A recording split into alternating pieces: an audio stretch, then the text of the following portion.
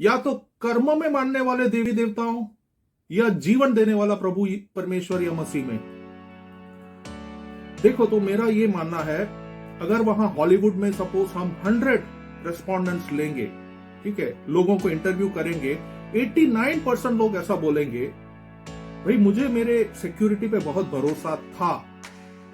कोई बोल सकता है मुझे मेरी अमीरी पे बहुत भरोसा था। कोई बोल सकता है मुझे मेरी ताकत और कनेक्शंस पे बहुत भरोसा था। कोई बोल सकता है मुझे मेरे रियल एस्टेट वाले पे बहुत भरोसा था। लेकिन अब मैं पूरी तरह से टूट चुका हूं, क्योंकि मैंने मेरे सारे gold, savings, real estate, inheritance बोलो, विरासत बोलो, एक्सेट्रा, ये सब कुछ ही मोमेंट्स और आवर्स में गवा दिया है। सबने हमें छोड़ दिया, यहां तक कि सरकार भी मदद भी देर से पहुंचा रही है। और वो मिशनरी वाला उसको पूछे, आपको गॉड पे यकीन है या नहीं? हो सकता है ये लोग फिर से, कौन सा 89% वाले लोग संदेह करे गॉड पे और शायद कह दे, अरे तुम्हारा परमेश्वर था तो सबसे पहले मुझे या हमारा परिवार को क्यों नहीं बचाया? सो प्लीज आप मिशनरी भाई, आपके गॉड को प्लीज आप बीच में मत लाओ। मैं निपट लूंगा अब आगे जो हालात है उसके साथ। मुझे पूरा सिस्टम पे से भरोसा निकल गया है। हो सकता है कुछ नास्तिक लोग ऐसा जवाब भी दे दे। अभी इसमें एक और, अभी हमारे लिए बाकी क्या है? 89% लोगों को हमने इंटरव्यू किया है हॉलीवुड के। अभी 11% लोग हैं जिनको वहां हम इंटरव्यू करें तो शायद ऐसे कहे, भले ही हमारे सारे संपत्ति और गाड़ी और बंगला सब नष्ट हो गया, लेकिन परमेश्वर का कुछ तो दया और कृपा इसमें भी दिख रहा है कि मैं और मेरे परिवार, हम सारे लोग बच गए, हमारे घर, बंगलो, धन सब चला गया। फिर भी आपने देखा 11% लोग उसको इस तरह से भी लेते हैं। आग एक ही है, ऊपर से जो बरसा। 100 लोग अगर है तो 89% ने उसको एक अलग नजरिए से लिया। वो शायद नास्तिक होंगे, हम कह सकते हैं, या इंग्लिश में वी कॉल इट एथेइस्ट, या कोई दूसरे गॉड्स की तरफ उनका इंक्लिनेशन होगा। लेकिन 11% जो है, जो विनाश के बीच में, chaos के बीच में भी परमेश्वर को देखता है, और वो क्या बोलते हैं, ले हम सारे लोग बच गए तो हम परमेश्वर को कृपा करते हैं इस सब के बीच में। आप किस कैटेगरी में हो?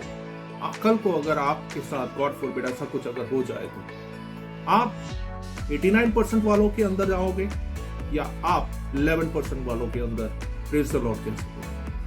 तो ये उदाहरण हमको एक समझने के लिए मैंने थोड़ा आपको इधर इलस्ट्रेट किया कि फायर लाइक सिचुएशन जो एक समान था सबके लिए हो सकता है, लेकिन फिर भी कईयों को परमेश्वर का रेवलेशन नहीं मिला, जैसे आपने अभी मेरे को सुना।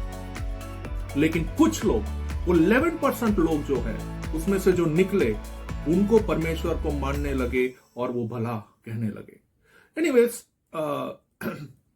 तो हम जो बात कर रहे हैं उसको मैं थोड़ा संक्षिप्त में बताता हूं, कंक्लूड करने को बताता हूं कि यीशु या परमेश्वर सबके लिए है, लेकिन सबके सामने क्यों प्रकट नहीं होते हैं? ऐसा क्या हो गया कि कईयों ने माना और कईयों ने नहीं माना? इसके लिए भी यह है कि हमको यह ऐसा सोचना नहीं है कि परमेश्वर एक झटके में क्यों रिवील नहीं कर देता है कि मैं यीशु मसीह है अन्य जातियों के लिए। एक पल के लिए अपने आंखें बंद कर लो, ठीक है, और सोचो, देखिए मेरे साथ, एक छोटा एक एक्सरसाइज जैसा, एक पल के लिए अपनी आंखें बंद करो और थोड़ा इमेजिन करो मेरे साथ, क्या ऐसा आग, ज्वाला और एक्सट्रीम तरीके से अगर परमेश्वर लोगों के जीवन में प्रकट करने का कोशिश करे तो भी क्या हमारे पास गारंटी है सारे के सारे परमेश्वर या मसीह पे विश्वास करेंगे? आज इधर ये छोटी सी सभा है, कल को लेकिन परमेश्वर एक बड़ा सा चीज कम्युनिटी में अगर कुछ ऐसा करे, क्या आप कह सकते हैं कि एक बड़ा सा कम्युनिटी वाले जितने सारे हैं उस कम्युनिटी में ऐसा कहा जाता है यूएस में जो हो रहा है वो 30,000 एकड़ से भी ज्यादा है। मतलब अब तो आप उसका कल्पना कर सकते हो कितने लोग विश्वास करेंगे। तो भी क्या सारा के सारा लोग गॉड में या जीसस में मानेंगे, परमेश्वर पे विश्वास करेंगे? ये यूएस से वाला एग्जांपल इसलिए भी शेयर किया मैंने क्योंकि गॉड फॉरबिड हमारे साथ ऐसा कुछ ना हो जाए, लेकिन सोचने वाली बात क्या है वो समझने की कोशिश करें। इसके साथ मेरे साथ आज हर कोई सुसमाचार का अंगीकार करने को रेडी नहीं होएगा, इसलिए प्रार्थना के साथ सुसमाचार बताना चाहिए और पवित्र आत्मा के गाइडेंस से यह महान काम करने की कोशिश करें कि परमेश्वर जिन जिन को, अब ये जिन जिन को आता है अन्य जातियों में भी प्रकट होना चाहे, वो लोग प्रभु में या मसीह में अपने विश्वास या अतीत मजबूत कर पाए in spite difficult circumstances in life in this new year. So ऐसा हम उम्मीद और प्रार्थना उनके लिए कर सकते हैं।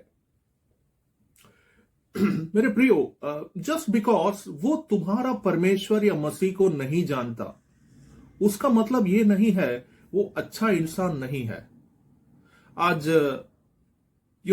बहन ने बहुत सुंदर तरीके से जो प्रॉमिस वर्ड्स लिया, उसमें बोला कि लोगों ने शायद आपका निंदा किया होगा, लेकिन फिर भी वो आपका मस्तक उठाने वाला। हम लेकिन वो भूल जाते हैं वो वर्ड्स। जब निंदा में से आप गुजरते हैं तब ये वर्ड्स हम भूल जाते हैं और हम मायूस हो जाते हैं, डिप्रेस हो जाते हैं।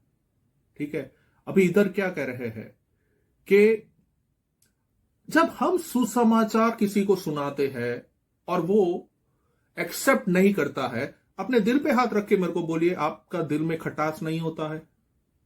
अरे मैं उसको इतना राह पे बताने को कोशिश कर रहा हूं, ये बच जाएगा, इसका परिवार बच जाएगा। आप थोड़ा मायूस नहीं हो जाते? आप थोड़ा डिप्रेस नहीं हो जाते? Yes, exactly. और आपके मन में आप कहते हो ना, वो अच्छा इंसान नहीं है, कहते हो ना, उसी बात पे हम है। उनको भी मसीह प्रकट करेगा, लेकिन आपने सोचा वैसा नहीं। द ओरिजिनल थिंग जो मैंने पहले बताया, जैसे मनुष्य चाहता है, जैसा रिच मैन चाहता था, वैसा नहीं, अपने ही अनोखे अंदाज में। अब ये अपने ही अनोखे अंदाज में है परमेश्वर का। हर एक व्यक्ति अलग है, हर एक व्यक्ति का पर्सनैलिटी अलग है। तो अपने उचित समय पे जैसे परमेश्वर का उनका जीवन के लिए योजना या प्लान है, उसके मुताबिक, इसलिए अपना धीरज और धैर्य मत छोड़े। उन लोगों के लिए बर्डन्स अपने परिवार, फ्रेंड्स, नेबर्स एक्सेट्रा में लेकर विश्वास में, प्रार्थना में बना रहे और हम आशा करते रहे कि हां, वो जो हो रहा है उनके जीवन में, उसके थ्रू वो परमेश्वर की महिमा को देख पाएंगे, वो परमेश्वर को जान पाएंगे, वो परमेश्वर में आएंगे। और उस तरह से हम एक अपने आप को कोशिश करें तैयार करने के लिए। और जो लोग हमारे सुसमाचार को अंगीकार जब नहीं करते हैं, हम प्रकट कर रहे हैं यीशु मसीह को तब, राइट, लेकिन वो अंगीकार नहीं करते हैं, तो दिल छोटा करने की जरूरत नहीं है। प्रभु उनसे बात कर लेगा। हमारा काम था बताने का, हमने बता दिया। अभी वो स्वीकार करे ना करे, वो उनकी बात है। ठीक है, तो आशा करता हूं कि ये संदेश से आप थोड़ा एनलाइटन हुए होंगे। और इस पहलू पे और भी चीजें हैं देखने का, लेकिन आज के लिए इतना ही। और हो सकता है अगले वीक्स में हम और भी जो रिलेटेड चीजें हैं इसके बारे में उसको और देखेंगे। So thank you for listening. God bless you all. Over to Kamal भाई। धन्यवाद विनोद भाई। एक बार फिर से परमेश्वर के वचन के द्वारा हमें प्रोत्साहन देने के लिए, कई बार हम जब लोगों को सुसमाचार सुनाते हैं तो कई बार वो सुसमाचार को वो एक्सेप्ट नहीं करते हैं, कई बार वो विश्वास नहीं करते हैं, तो हम कई बार निराश हो जाते हैं। हालेलुया। लेकिन आज के वचन के द्वारा परमेश्वर ने हमसे बात किया,